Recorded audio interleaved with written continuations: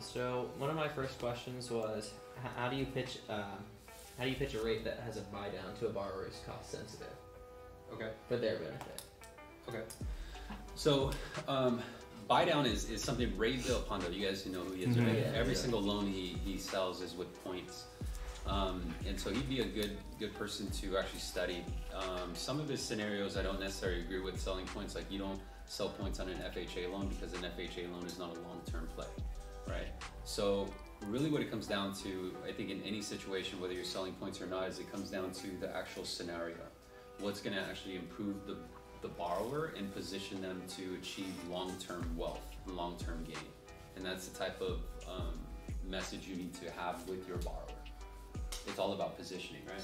So just like I'm telling you, it's all about positioning in sales, you have to share the same exact message to your borrower. It's all about positioning them to do certain things. And those certain things are going to be all in line with what their true goals are with the house. So if they didn't plan on keeping the house long term and paying it off, I would never recommend to buy the rate down. But if this person was paying their house off or their goal is to pay it off, then I would recommend buying it down.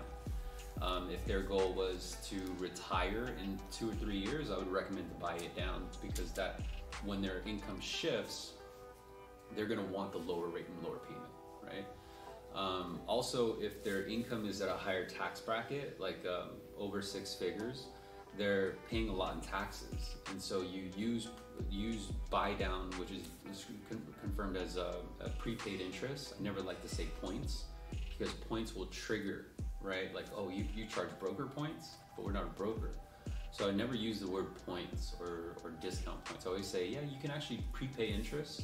So since it's interest on your real estate property, it's real estate interest, you could write it off. And most homeowners only do this if they intend never refinance again and pay the house off. So it really depends on the situation of when you should be pushing prepaid interest, right? But I guess to answer your question, for rate sensitive borrowers is your question. So everyone is rate sensitive. When you're new, you will become rate sensitive by default, because you're going to get a lot of the objections of, well, what's your rate? What's your rate? And so we naturally think that because that's the main topic, we need to tell them what they want to hear, or they're going to say no to us, right? So change the way you perceive that and the way you hear it, and come with a default response. A default response is something that's just automatic. So at any given time, if they say, you know, hey Daniel, what's your lowest rate? My default response to that, and I get that all the time, is saying, oh yeah, watch, I'll show you. And now I take control of the conversation, right? I didn't even answer it, but they're under the impression that I'm going to show them. Can you repeat what you just said? Yeah. Oh, watch, let me show you. Simple, right? And the reason for that is because I can't ever talk figures, and I think Z said it best up on the rally, that if you're talking figures too soon and too early, you're gonna lose right off the bat. And that's a common mistake that newer LOs make, or just LOs who just can't sell.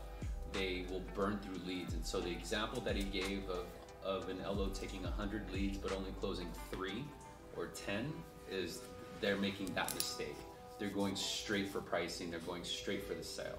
What we need to understand is that it's not the price or the rate or the fee that is going to make the sale, right?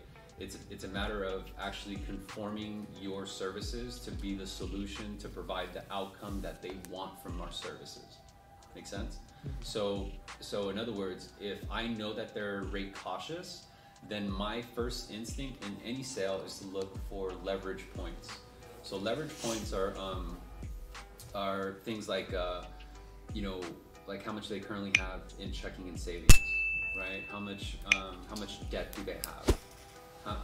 How much available cash flow do they have?